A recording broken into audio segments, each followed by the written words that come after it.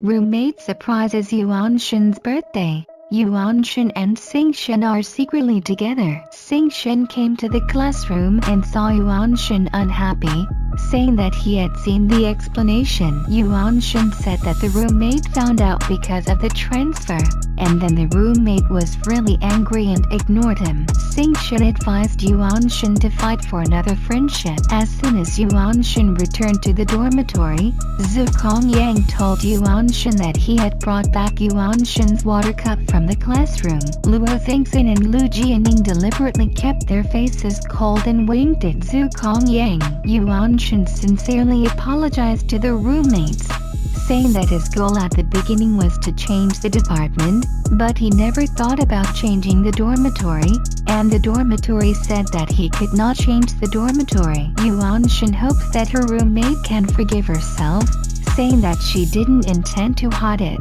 but that she was too happy to get along and didn't dare to speak. Luo Thingxin and Lu Jianing felt soft, but did not say forgiveness. Yuan Shen ran away to the library to read a book sadly, but couldn't see it. Yuan Shen feels that interpersonal relationships in universities are indeed a science, but he is obviously a person who has failed. Yuan Shen returned to the dormitory at night, only to find that his roommates dropped the curtains to sleep early. Yuan Shen sat on the bed and recalled the little things he had had with his roommates. Very sad. On Yuan Shen's birthday, Yuan Shen received a red envelope from his father, and felt happy and sad. Seeing Yuan Shen's loss, Xing Shen asked Yuan Shen's birthday arrangements. Yuan Shen said that it was not his birthday. Xing Shen said that he would take advantage of the emptiness to buy fairy cakes with Yuan Shen, and asked Yuan Shen to go downstairs when he was ready at 8 p.m. Yuan Shen said he had to consider it. At night,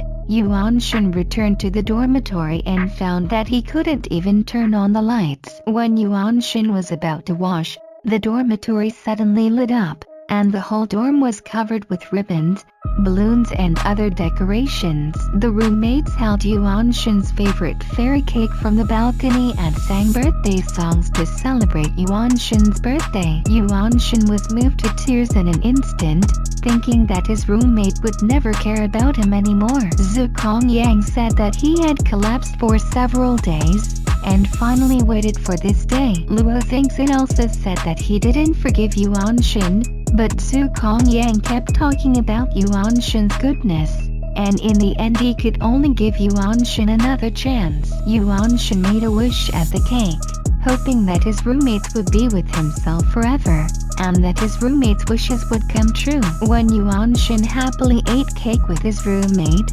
Yuan Shen remembered that he had forgotten to meet Xing Shen. Yuan Shen hurriedly went out to call Xing Shen and shared the unexpected surprise she got today. Xing Shen heard that Yuan Shen was so happy, and he was also happy. Xing Shen made an appointment for Yuan Shen's classmate after 9 o'clock, and wanted to give Yuan Shen's birthday alone. Xing Shen and Yuan Shen are walking on campus.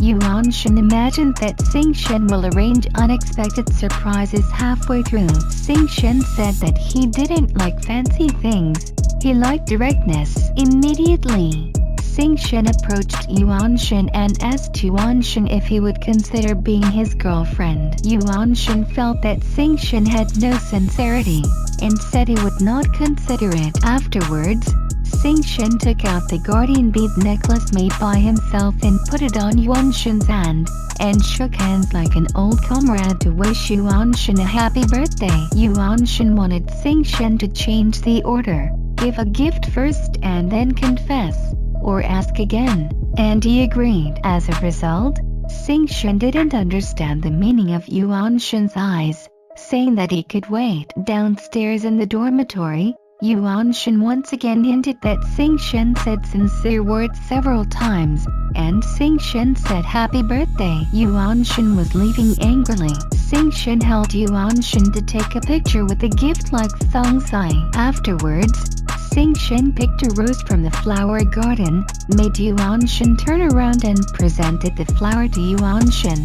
Xing Shen held the rose and said solemnly again, Yuan Shen, Would you like to be your girlfriend? Yuan Shin happily accepted the roses and gave Xing Shen a trial period for observation. Yuan Shin returned to the dormitory, smelling the roses on the bed, and couldn't help laughing. Xing Shen asked Yuan Shin to have breakfast together tomorrow. Yuan Shin was worried about Ling Wei's depression and decided not to disclose the relationship between the two, saying that he should be kind to people who can't eat meat. Xing Shen replied that he hadn't eaten, and Yuan Shin laughed. After that, Xing Shen said that he would bring Yuan Shin with food tomorrow. Yuan Shin smiled happily. Lu Jianing felt Yuan Shin's smile was like a chainsaw. Chen Kanin was a little dissatisfied when he saw that Xing Shen bought breakfast for Yuan Shin, but not for him. Yuan Shin gave the breakfast to Chen Kanin.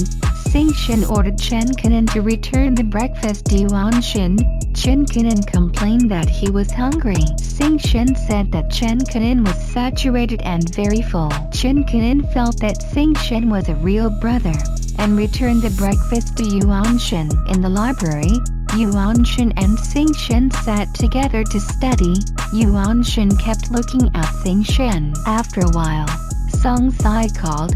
Yuan Shin quickly plugged in the headset to answer the phone, and Xing Shen grabbed the headset to listen to the conversation between the two. After that, Xing Shen became jealous and pointed to a kiss on his cheek. Yuan Shin nodded Xing Shen's face with his hand. Xing Shen deliberately dropped Yuan Shin's pen, and the two hid under the desk and kissed. While eating in the cafeteria, Yuan Shin watched Song Sai's live broadcast of the game intently. Xing Shen deliberately blocked Yuan Shin and said that as long as he was on duty for a day, Yuan Shin could only look at himself. Yuan Shin fed Xing Shen a dish, and then looked at it secretly. Xing Shen let her helplessly. In the end, Song Sai won the game.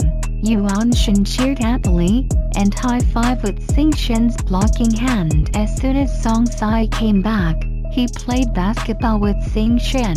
The basketball team's cheerleading team lacked one player. Yi Ming asked the players what they would recommend. Song Sai recommended Yuan Shin, and Xing Shen said Yuan Shin would not come. Song Sai asked Xing Shen what is the relationship with Yuan Shin, and Xing Shen answered his classmates. In order to avoid the war, Yi Ming asked Song Sai to call Yuan Shin, and Xing Shen was a little angry. When Yuan Shin and Xing Shen held hands for a walk, they mentioned the bonus points for the cheerleading team, but Xing Shen refused. After a while, Song Sai called Yuan Shin, who replied that he had nothing to do. As a result, Song Sai hung up the phone and appeared directly in front of them. Song Sai asked Xing Shen and Yuan Shin what is the relationship. Xing Shen said classmates. Yuan Shin surreptitiously went to the mountain to date with Xing Shen. Seeing that Xing Shen's primary classmate was unhappy, Yuan Shin coaxed Xing Shen coquettishly. Xing Shen touched Yuan Shin's head and felt that it was so hard for Yuan Shin to work underground every day. Ling Wei, who was on duty cleaning, saw the back of Xing Shen and Yuan Shin going down the mountain. The next day, Ling Wei went to the sculpture classroom to find Yuan Shin and asked Yuan Shin to help draw illustrations. Ling Wei came to the library and saw Xing Shen and Yuan Shin behave intimately in the last row.